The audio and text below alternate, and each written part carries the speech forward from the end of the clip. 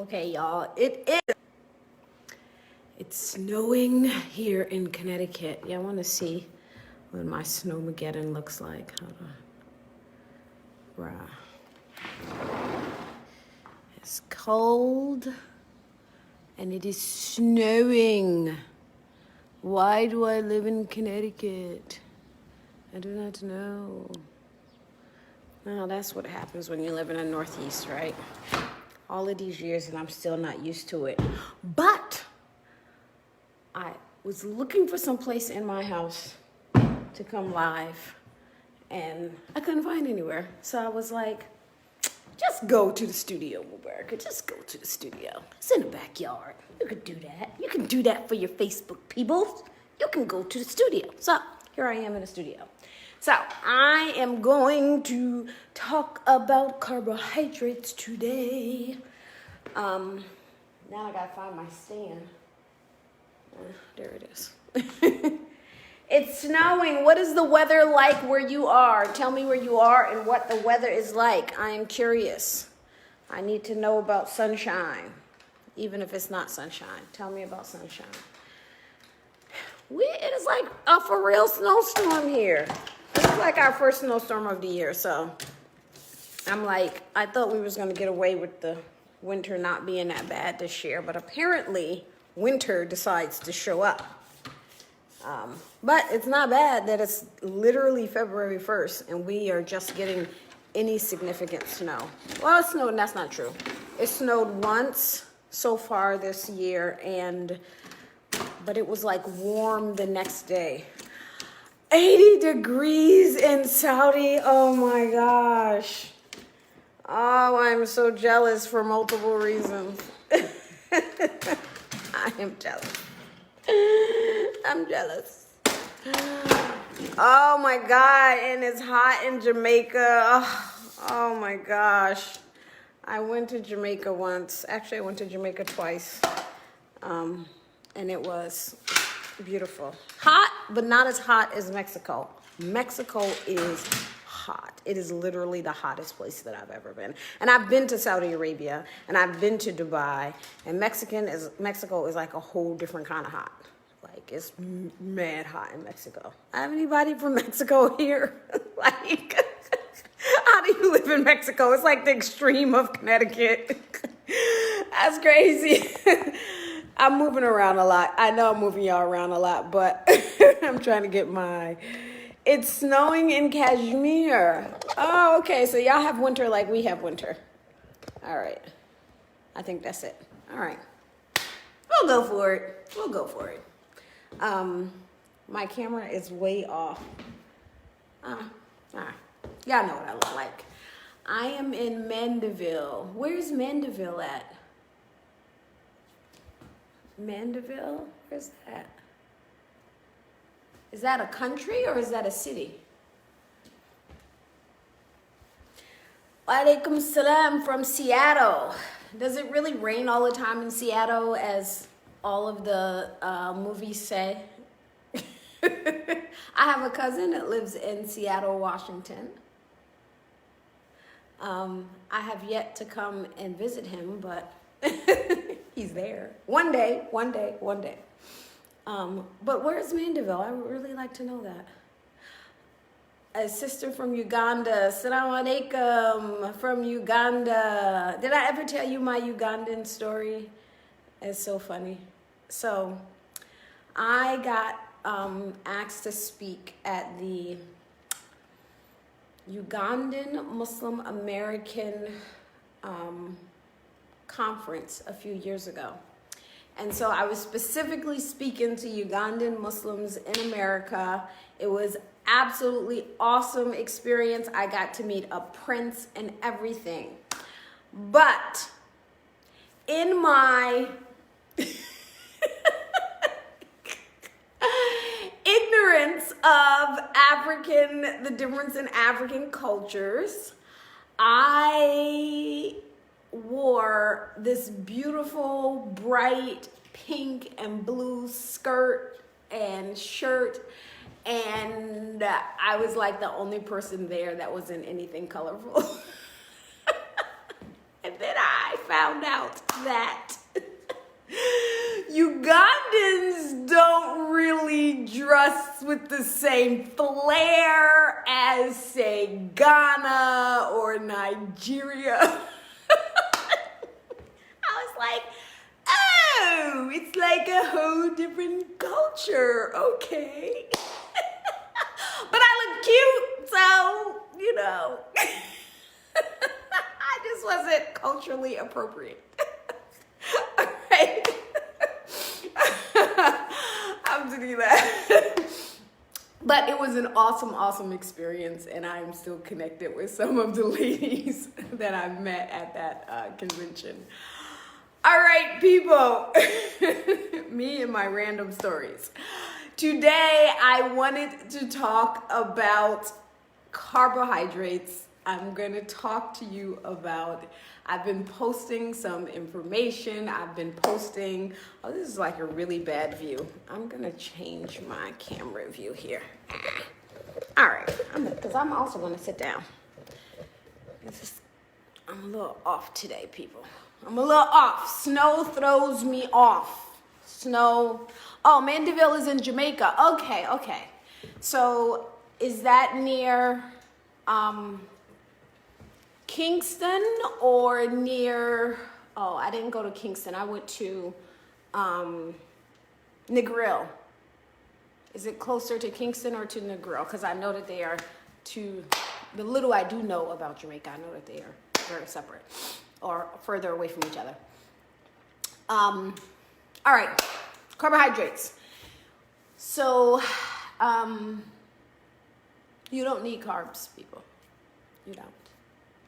Not in the way that people think that they need them. So I wanted to explain or go into a little bit more detail about the post of carbs are not an essential nutrient, right?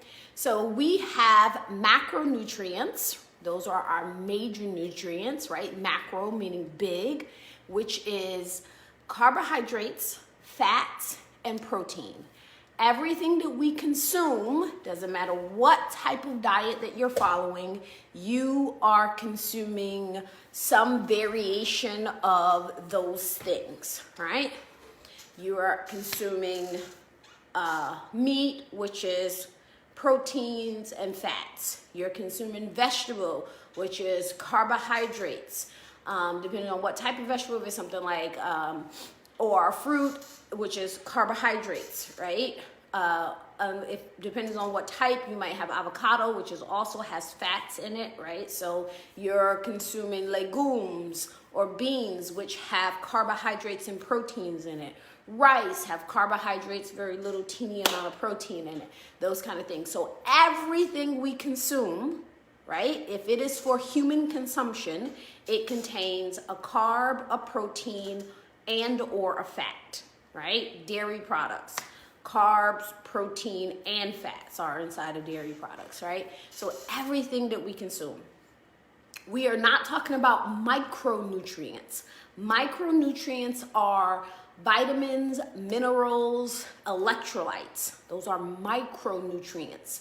That means that think of them as the passengers in the car. If carbohydrates or fat or protein is the vehicle, it is how it gets into the body, micronutrients attach itself to those things and use it as a vehicle to get inside of our body, all right? So we are talking about macronutrients, not micronutrients.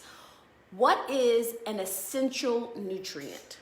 Everything, again, that we consume has been broken down into what is an essential nutrient and a non-essential nutrient.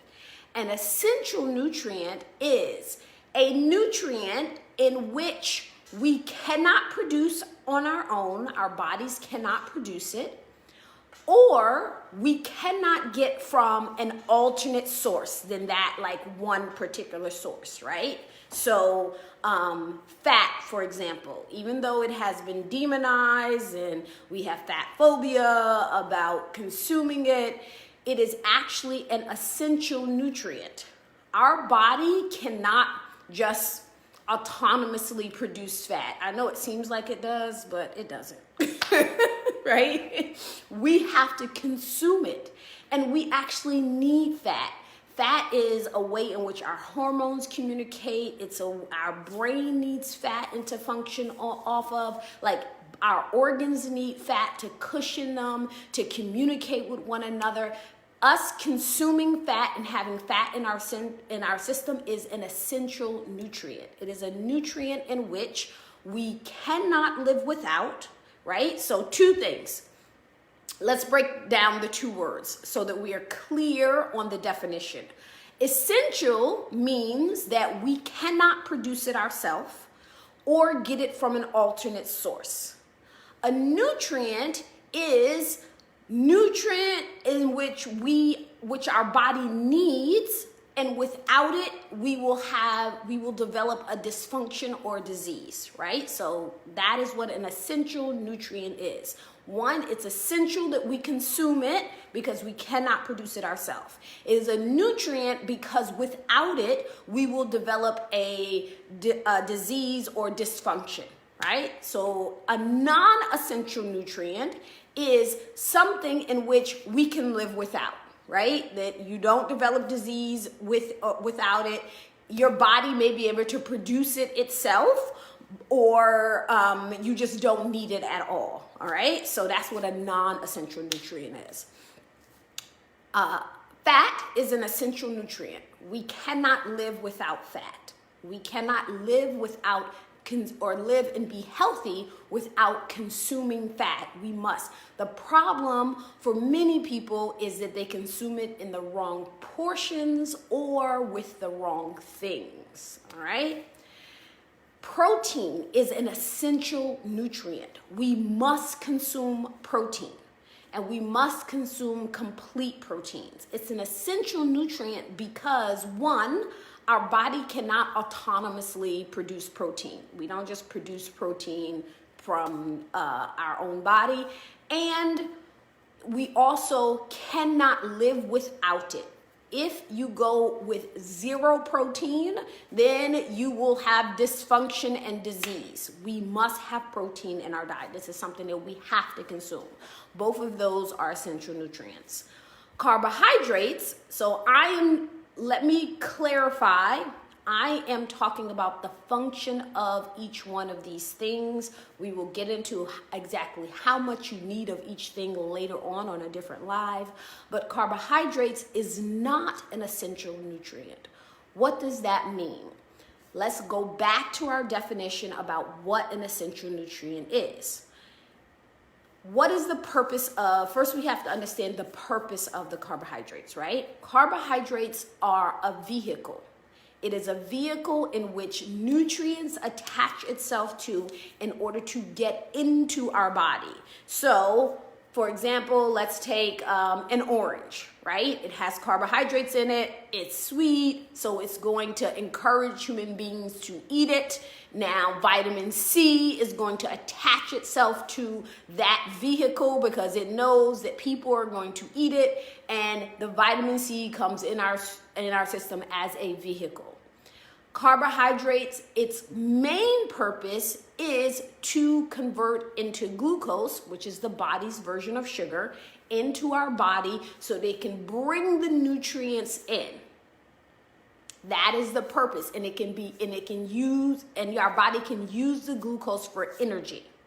So there is a purpose to carbohydrates. That is to convert to glucose to use for energy. And we need energy. Even if you're not doing anything all day but laying on a couch watching TV, you still need energy for your eyes to blink, for your heart to beat, for your lungs to breathe, for your liver and your kidney and everything to work to keep you alive, right? That is the use of energy. We all have what is called a basal metabolic rate. Your basal metabolic rate is a minimum amount of energy that your body requires just to live, just to stay alive, right? So how much energy are you using just for your heart to beat, lungs, blood to flow, all of those things? So we need energy on a daily basis, whether you're exercising or not. A lot of times we tend to think like, oh, well, I don't need energy because I'm not going for a walk or I'm not doing a workout. But you need energy just to live. That's the reason why we eat, whether or not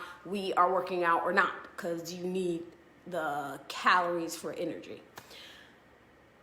When we think about the function of carbohydrates, which is glucose for energy, so now we think to ourselves, can our body make energy from a different source?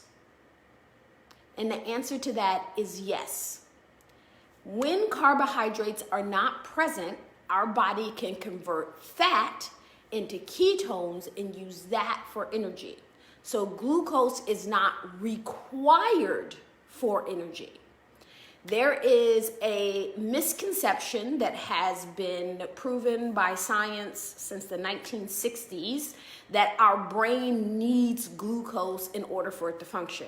We know and have known since the 1960s that this is not true. Your brain functions very well and in fact functions better when it is powered with ketones. We know this for research study after research study, looking at Alzheimer's, looking at dementia, looking at things like epilepsy. The brain functions, and it actually gets benefits from functioning off of ketones. So that is not true. We do not need carbohydrates. When I say need, we're defining it as an essential nutrient for the purpose of this particular video. It is not an essential nutrient from the first part of the definition, right? If we don't have it, we can't produce carbohydrates in our body, so it's not needed for that. But we can get the energy from a different source. So the second part of our definition was nutrient. The nutrient part comes in, if you went without it, will you develop any type of dysfunction or disease? And the answer to that question is no. You can live perfectly healthy with no dysfunction or disease if you ate no carbohydrates. There are literally people who eat nothing but animal protein. It's called the carnivore's diet. I don't follow that, just for the record. I think vegetables are super important because it has those micronutrients that we need. And yes, it's worth having a little bit limited amount of carbohydrates to get the micronutrients that we need. So just for the record. But there will be no dysfunction or disease if you went without carbohydrates. We are not talking about the micronutrients that are attached to the carbohydrates. We're talking about the macronutrient carbohydrate. It is not an essential nutrient. You do not need carbohydrates to live. Yes, they taste good. Yes, people want them. Yes, they are a part of many cultures and traditions as far as the foods that we eat, but they are not an essential nutrient. And that, understanding that, will actually begin to help you to understand how to eat in a way that will help you to garner a healthier metabolic process, more balance in your hormones, and lose weight and maintain a healthy weight, right? So some of the issues around carbohydrates is not just the people eating them, it's eating too many of them because they are put inside of our diet in ways in which we actually do not need them. They're put in sauces and they're put in condiments, and then there's lots of processed foods. So if you ate closer to what nature would have you to eat, then you would automatically reduce the amount of carbohydrates in your diet. When we have gotten to a point of obesity, pre-diabetes, metabolic disease, then it's much more about really curing the dysfunction than it is, I'm just going to eat in moderation.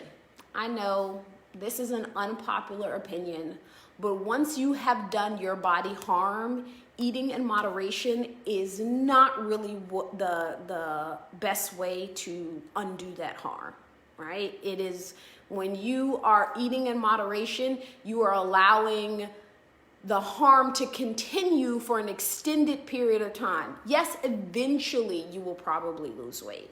Eventually you will probably begin to treat the dysfunctions that you have. But we don't want to do it eventually.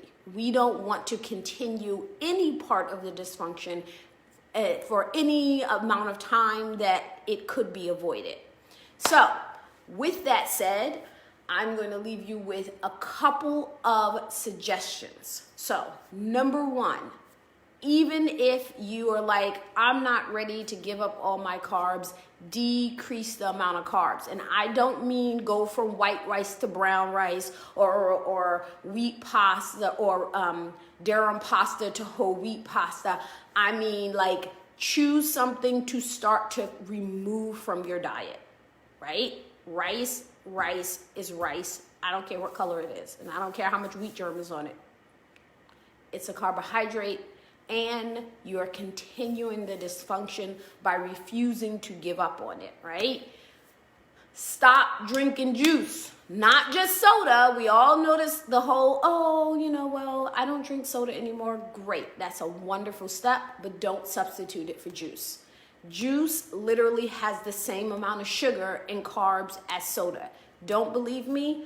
Go look at the back of an orange juice container and go look at the back of a soda container. Bring them both in front of you in the store and look at the carbohydrate content of both of them.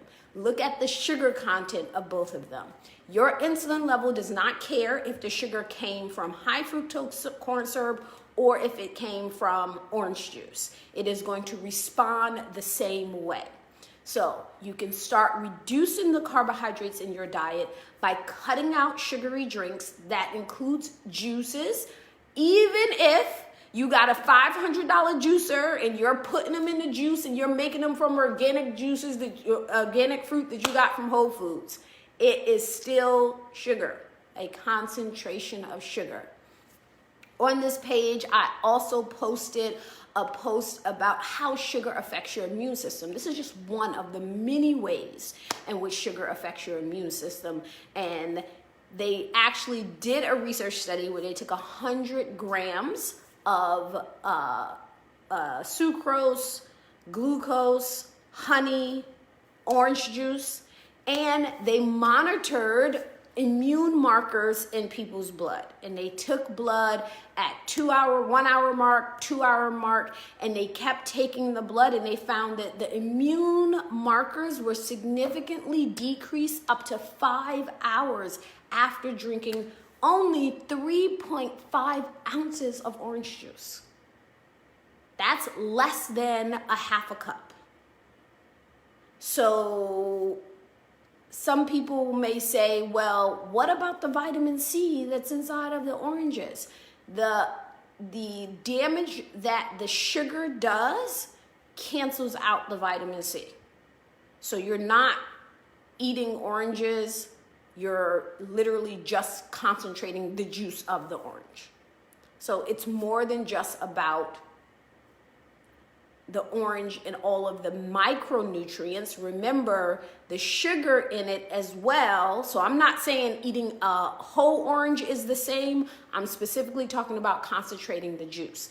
There is not 3.5 ounces of juice inside of a whole orange. And the orange also has fiber, and it also has other nutrients that balances out. The way that Allah created the food is how you should eat it in its wholeness, not separating the juice from the actual food. Same thing that goes with carrots, same thing goes with apples, all of those types of things that people tend to drink in a form of juice. It has sugar in it, and not only are you, you have the juice of 5 oranges and you have 5 times the amount of vitamin C, you also have 5 times the amount of sugar. because you're not going to just take the vitamin C. The sugar is coming along with the juice. So I wanted to make sure that I come on and give you an actual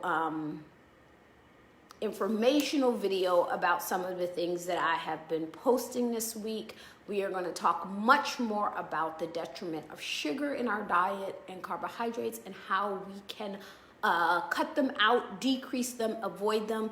If you feel like, oh, this is really complicated, start with one thing. If you don't know where to start with reducing the carbohydrates in your diet. Start with reducing the sugar in your diet. No Crystal Light. Sorry, Crystal. No Crystal Light.